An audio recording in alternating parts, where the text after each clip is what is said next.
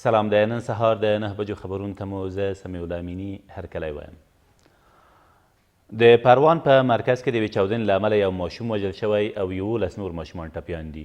د کورنیو چارو وزارت ویان نصرت رحیمي وایي دغه پیښه تېر مازدیګر نږدې 4:30 بجې د چاروکارو ښار د درېیمې ناحیې اړوند په شاه مسعود قلندر سیمه کې د یو ماین چاودنې له امله رامنځته شوې ده. په ورته وخت کې د ننګرهار د مرکز د 5مې ناحیې په شاوخوا سیمو کې په یو بایسکل کې د ځای پر ځای شویو چاودونکو توکو د چاودنې له امله یو پوځي او 3 ولسي وګړي هم ټپیان شوي دي. د غزني جغتو ولسوالۍ له 2 کلونو وروسته بیرته د افغان ځواکونو لوري ونیول شوه.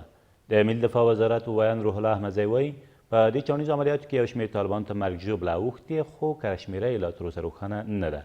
د نوموړي په وینا د جغتو ولسوالۍ په ازادېدو سره د دغه ولایت مالستان، جاغوري، اجرستان او ناور ولسوالۍ له غزني ښار سره ونښلول شوي.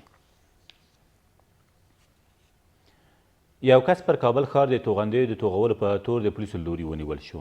د کابل امنیه قمندانۍ وایي دغه کس تېره ورځ د کابل ښار د 8مې امنیتي حوزې له شاوخوا سیمو نیول شوی دی. د سرچینې په وینا له یاد کسه 15 د BM یو مرمۍ، یو RPG، یوه تومانچه او یو موټر هم ترلاسه شوي دي. د ننګرهار په اچین ولسوالۍ کې 15 داعشیان ووژل شول. د 201 سیلاب قلو اردو قمندانۍ مسؤلین وایي په دې عملیاتو کې چې تېره ورځ ترسره شوي دي د ولسوالۍ یو شمېر کلي هم د داعشیانو له شتونه پاک شوي دي. ویل کېږي د عملیات همداراز دوام لري. یو کس په تخار کې د قتل په تور د پولیسو له لوري ونیول شو. د تخار امنیه قمندان وایي دغه کس چې عبدالباسط نومیږي څه موده مخکې یې په کلفګان ولسوالۍ کې یو کس وژلی او یو بل یې ټپي کړی و. بالاخره تېره ورځ د یادې ولسوالۍ په خاندسمات سیمه کې نیول شوی دی. ویل کېږي له نیول شوي کسه اوس هم پوښتنې روانې دي.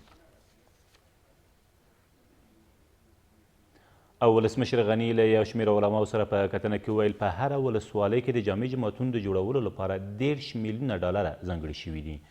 ښاغلي غني تېره ورځ د هېواد په کچه د علماو او دیني مدرسو د شته ستونزو او حل لارو د کلنۍ ارزونې په ناسته کې د علماو د اسنادو او مسؤلیت په اړه د اقداماتو ډاډ ورکړ.